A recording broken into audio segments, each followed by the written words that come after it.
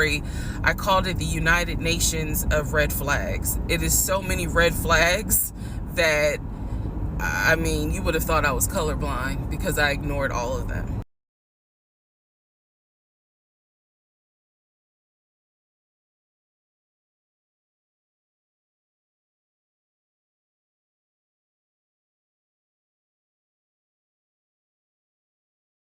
Here, and I love talking about pop culture, reality TV, and anything really in between. So I would love it, love it, love it if you love the videos, if you like me, if you like my personality, if you could subscribe, like, share, comment, all of the different things that you do on YouTube. Because I am a newer channel, I have gotten quite a few new subscribers over the past couple of days, which has been amazing. So I do want to say hi, thank you guys for coming.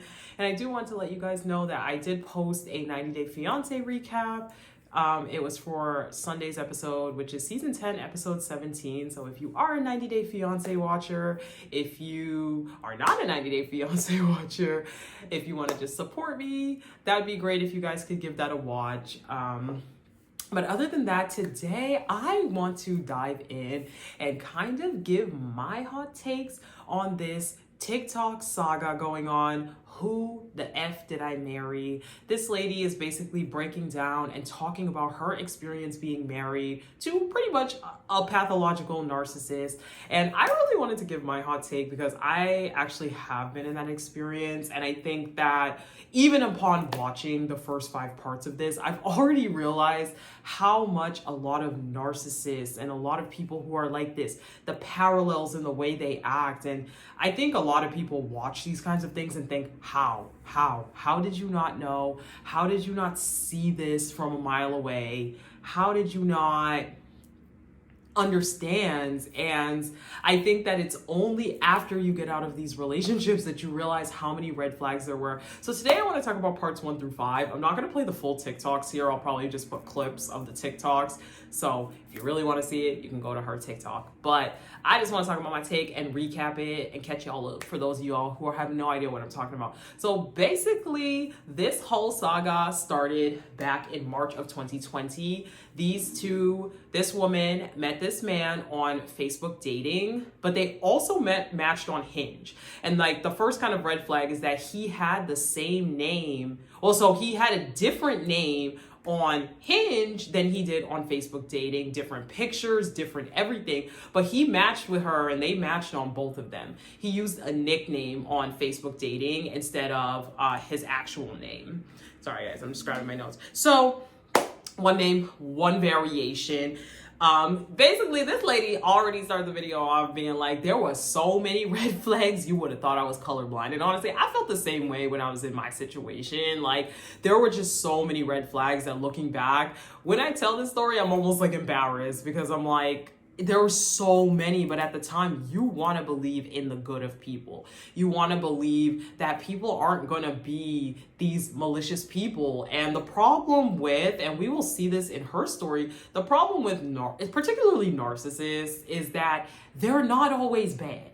A lot of them will do a lot of nice things for you, a lot of kind things. They are very charming. They are very kind even a lot of times, but very backhanded. So basically on their first phone call, they talk a lot about their backgrounds. They talk a lot about their childhoods, just different things about who they are and what they wanted. So he states in the first call that he is moving to Georgia from California because he got hired by a big condiment company, I think she had said, a condiment distribution company that is based in Georgia. She didn't specify which one, but he was going to be transferred as a regional manager.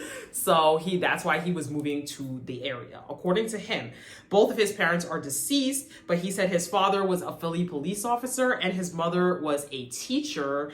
And he has 2 brothers and 2 sisters, and then also 2 half siblings from his father's side. So he says that one of his sources of income is that he played arena football, but she had no idea what arena football was. And in the off season, he would work at Apple. So that was basically how this man had his money, supposedly.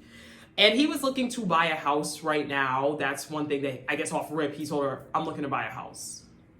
So she notes that he talks a lot and he offers up a lot of information, and that is very common of narcissists.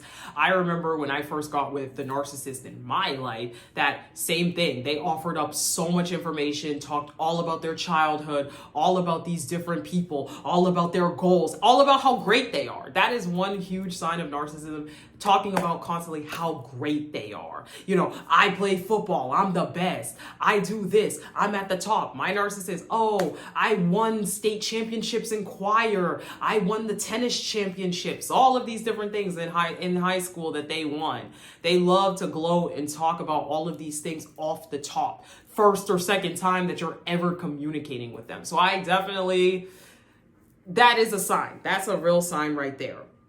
So he also talks about how he has 2 children and he's in his 20s. Let me get it better. He has 2 children and one of the children is in the 20s. They're both much older, and he's divorced because he found out that his ex-wife was cheating on him, but he's still in the kids' lives. That's why he's divorced, according to him. So they agree to have a date. They agree to meet at the Cheesecake Factory for their first date. But on the way to this first date, her tire blows on the side of the road. She knew what to do. So she ends up calling him, and he comes to the gas station that she is at and changes her tire immediately. Like she is like, oh my goodness, like he is so sexy, like he knows how to change a tire, like he came and saved me. She even mentions this knight in shining armor, like she just literally felt like he was a Prince Charming basically. And then he's like, let's go, to the nearest tire shop around the corner because you can't drive on a donut forever. So she says that he is very attractive. He's very tall. He looks like his pictures, which is something she's worried about. Understandable. These folks be lying on these apps.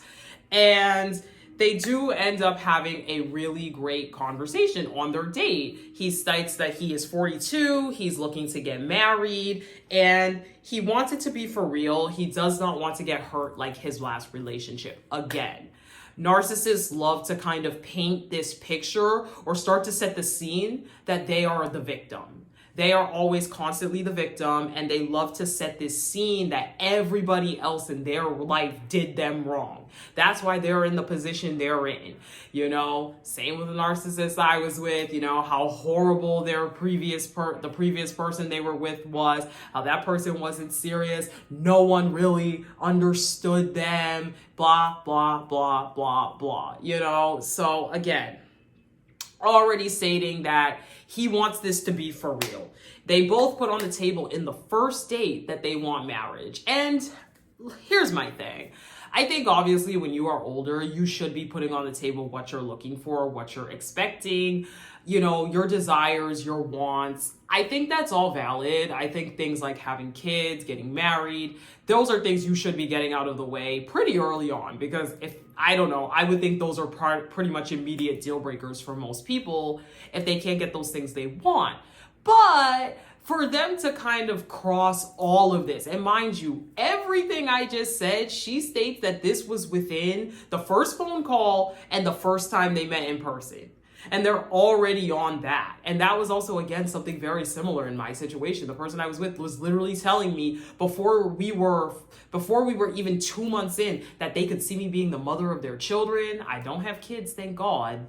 But they could see me being the mother of their children. They wanted me to marry them. They wanted me to be their wife.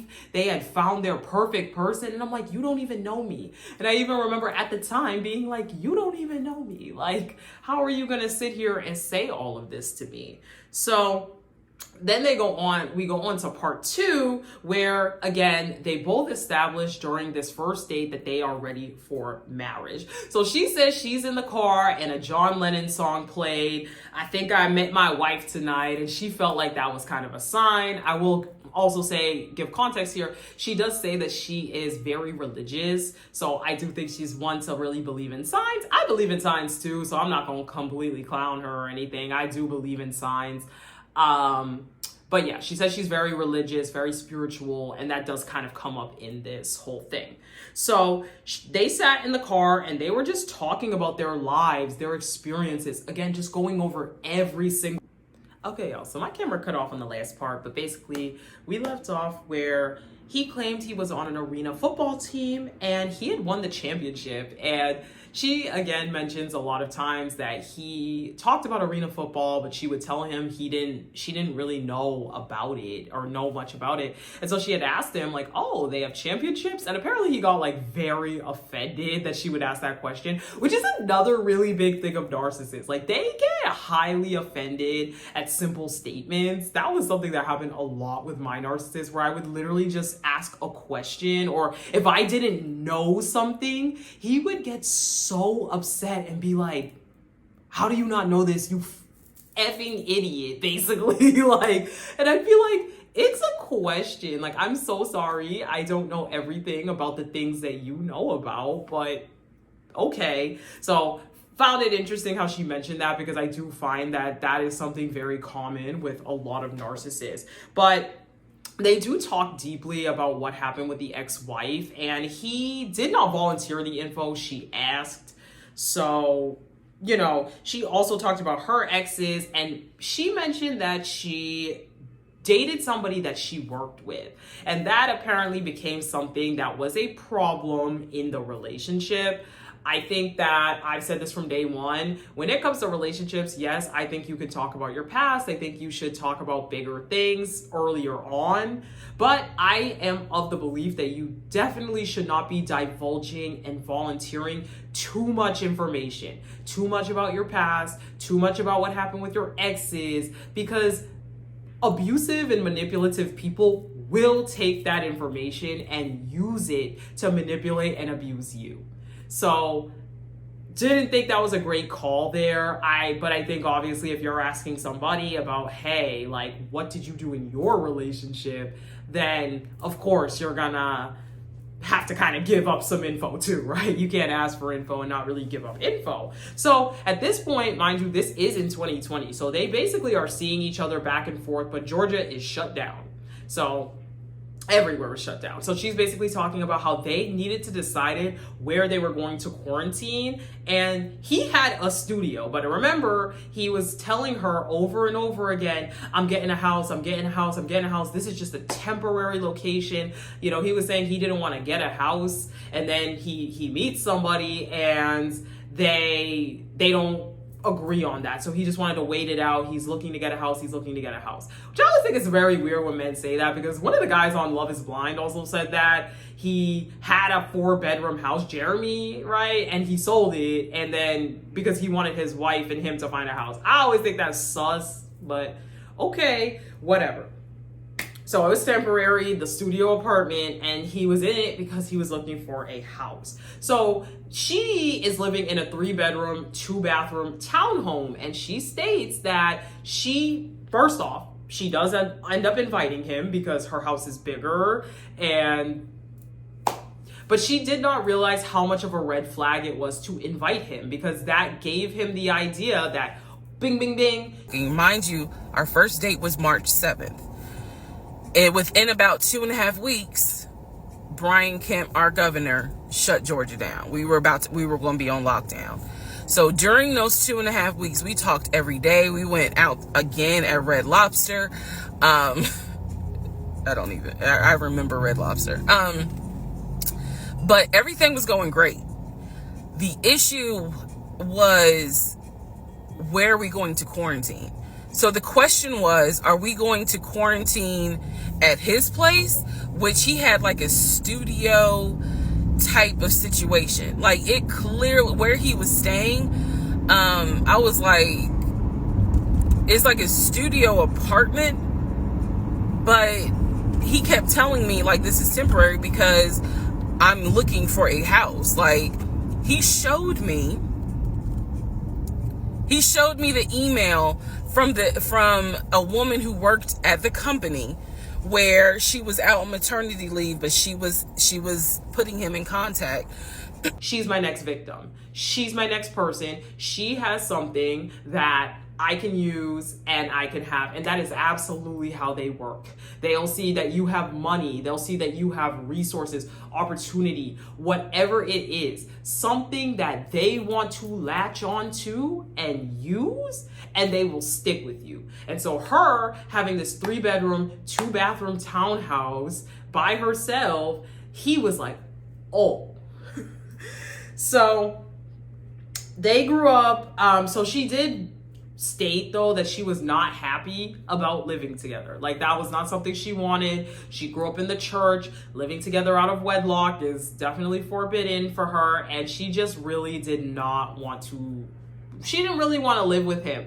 But when he moved in, he was love bombing her. Well, she ain't say love bombing, but I'll say he was love bombing her. Basically, he was paying all the bills in the household, electricity, the utilities, all of those different things.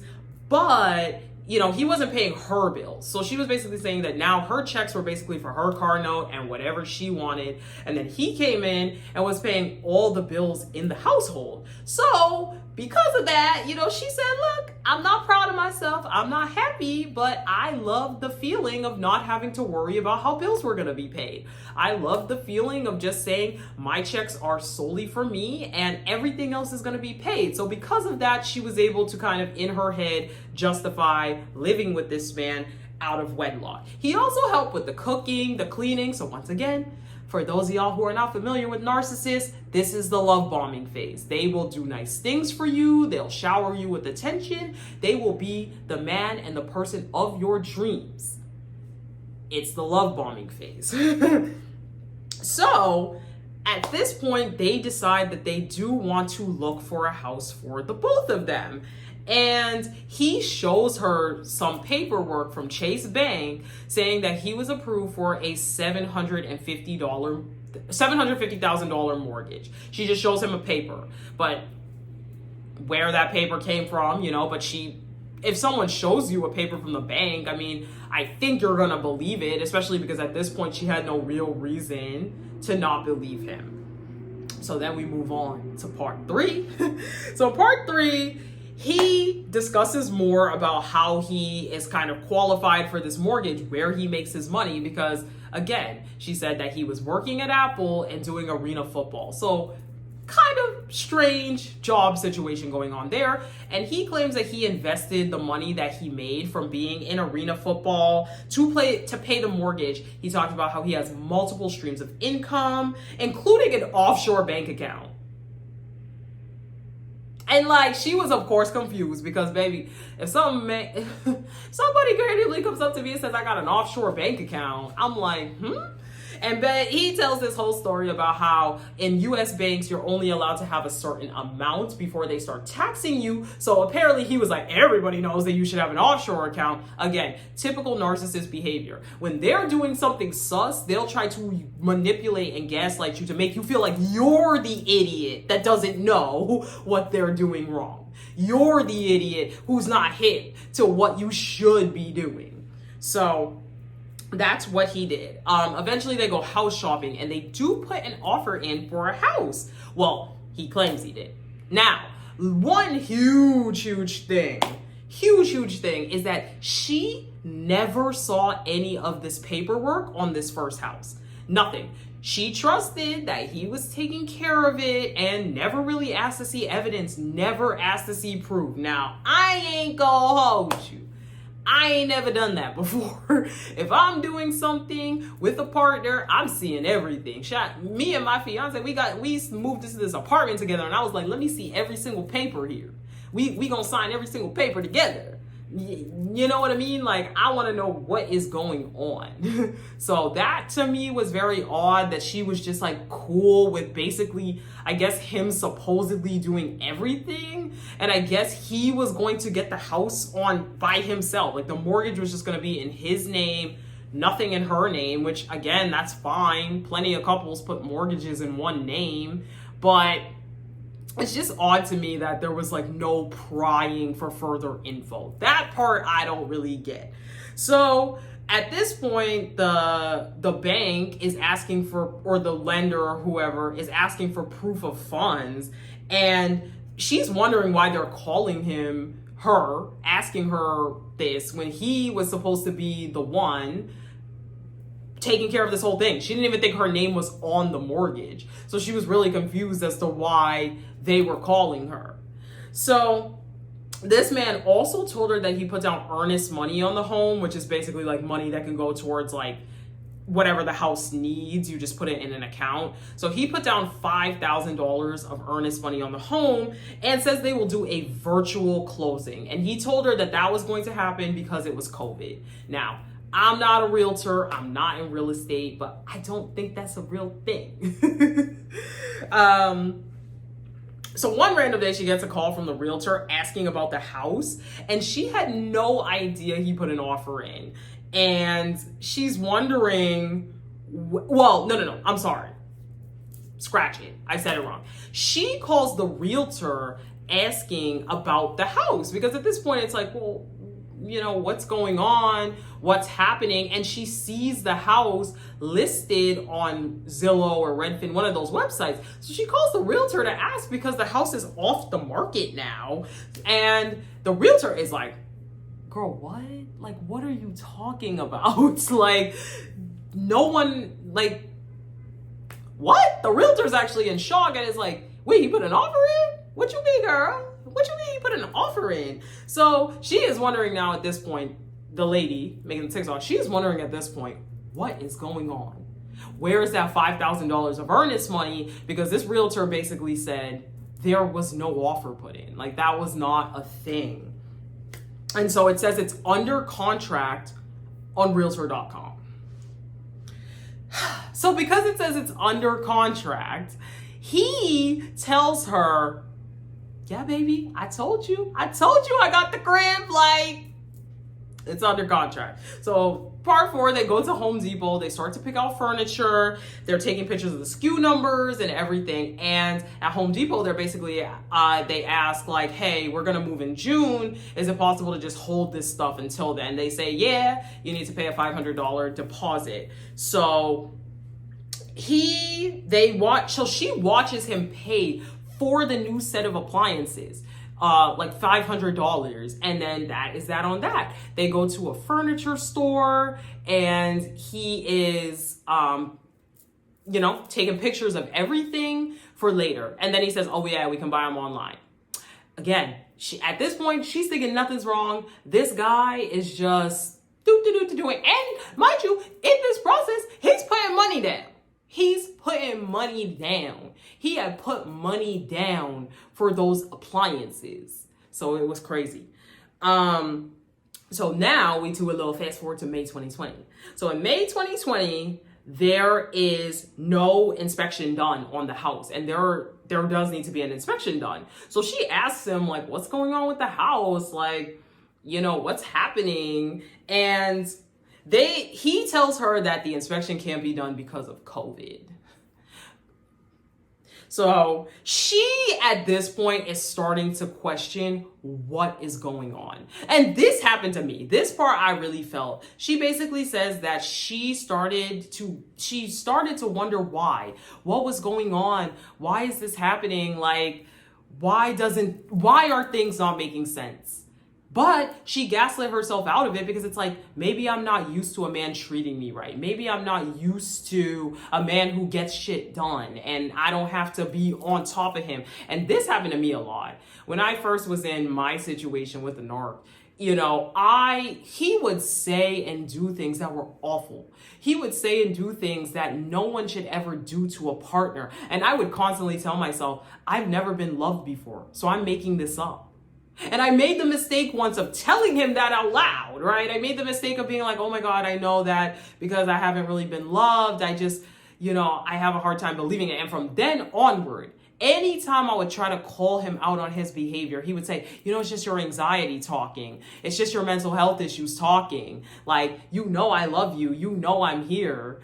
And whole time he was cheating, but that's neither here nor there. But it's like, I felt that when she said, I was questioning it. My mind was telling me something is not right. But because I hadn't been treated well, I hadn't been loved, I gaslit myself to believe that I was having a problem and didn't know how to receive this. So May 2020 comes around, the inspection does not happen. And she also finds out that she's pregnant by this man.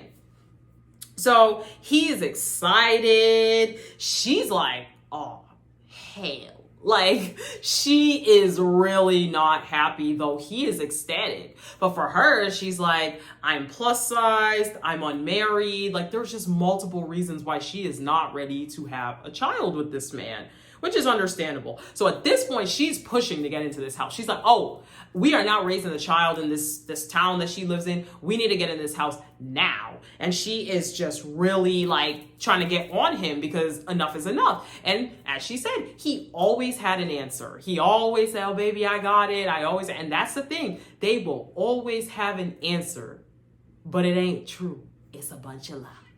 I remember before I moved to the DMV area to be with the person I was with, I would ask him all the time certain things like, so what about the apartment? What about this? How is this going to work? Every time, I got it. Don't worry. I'll take care of you. I'll make sure everything's good. I'll make sure you got everything under control. They always have an answer.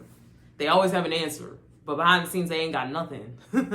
So because of COVID, they're going to have this virtual closing. He keeps telling her that, and they're set to close right before Memorial Day, which is at the end of May.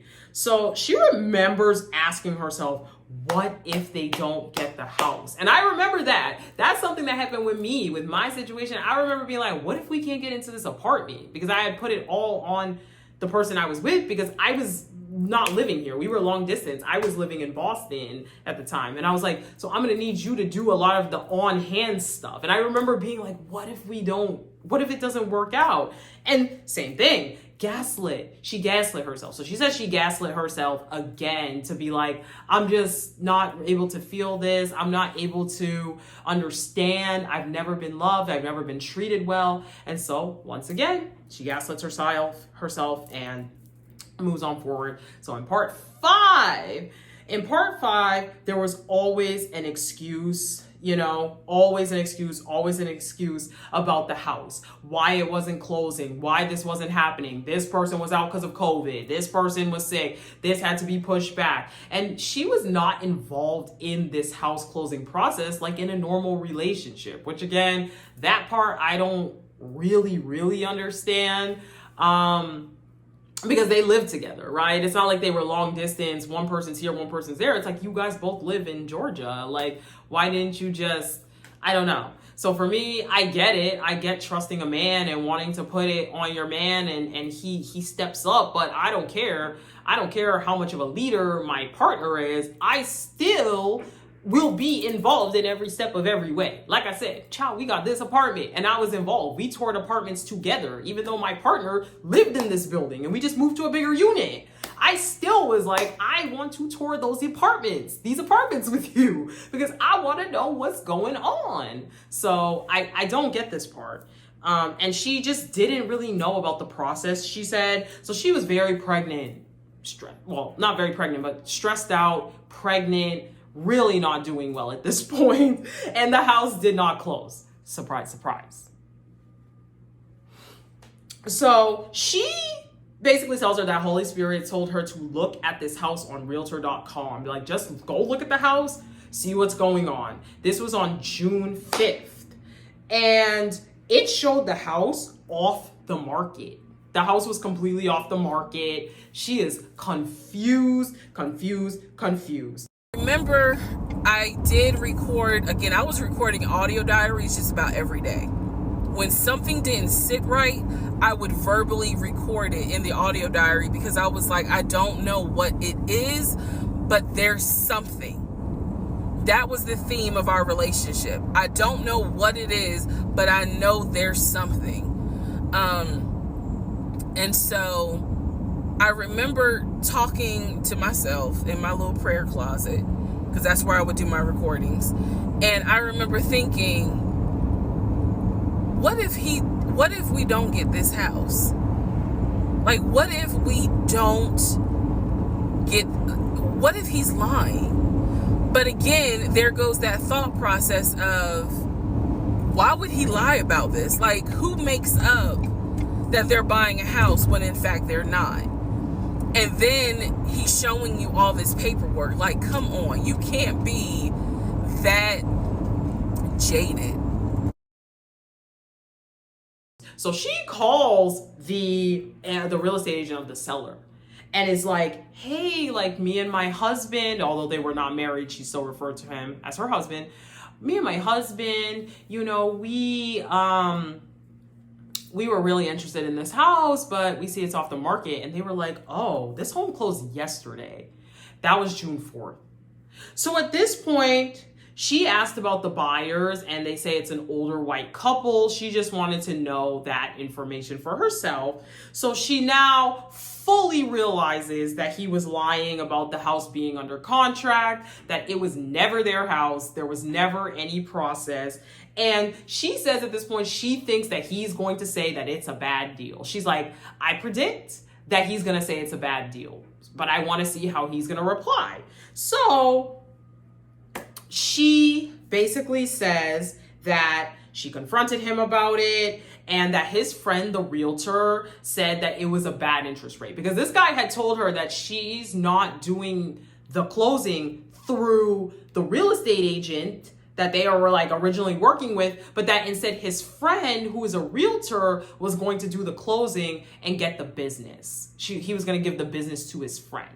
That never happened, by the way. But he said that his friend, the realtor, said that it's a bad interest rate. And at this point, she's like, I know he's lying, but I'm going to let him out. I'm going to let him off the hook. She's like, I'm going to let him lie and be off the hook because I'm pregnant and I don't know what else to do. Now, again, I've been here. Not pregnant, and luckily not buying a house, but there have definitely been situations. I specifically remember one of them was cheating. I remember that the person I was with, I knew they were cheating on me. And I knew they were cheating on me for a long period of time. And it was to the point where I had confronted them about it. And I had said, where I confronted them about it. And I even remember telling one of my friends who thought I was delusional, but I was like, if he admits it, I will just let it go. Especially if he's never going to do it again. If he goes, I was literally willing to go to therapy with him. That's what I said. I was like, if he will go to therapy with me and admit it, I will let it go. And I will just let him do it. And he didn't admit it. So for me, it didn't really go through. But I do understand what it's like to be in this place where you feel like I don't really have another choice but to be okay with it. So she basically at this time is pregnant. The lady from the TikTok, she's pregnant. And she's like, if I'm going to let him off the hook. I know he's lying, but I'm going to let him off the hook. So he says he's going to call his friend to say that he's backing out and he's going to get the earnest money back that he put on the house. And next week at work, unfortunately, basically she is at work, she's cramping, she is bleeding, and unfortunately she does end up losing the baby. And that is kind of how we end part 5. So that is how the first house fell through. So that is kind of the first part of this whole saga. And honestly, as I said, in listening to this, I think if you've never been here, it's very easy to say, why would you do this? Why would you do that? Why would you believe this? Why would you believe that? But the sad part is I have been where she's at. And I do understand how you can get yourself so wrapped up.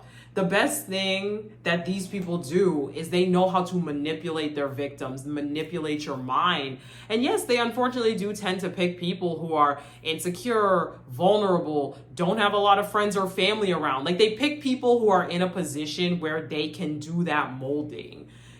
For me, I was in a new state and I didn't have any family. I didn't really have a lot of friends in this area. So it was very easy for it to happen. But I totally felt for her. I do empathize with her because this was a tough situation. And on top of that, to be pregnant and to lose your baby due to the stress, that is just a really tough part. So that is parts 1 through 5. I am definitely going to go and watch the next few parts and then come back and do another recap. But hopefully, you know, let me know, you know, if you guys do see this, if this video ends up getting out there, let me know what you guys thought of the situation. Let me know what you guys feel like, you know, how you feel like a situation like this should be even approached. And I will talk to you guys in the next part of this. Bye.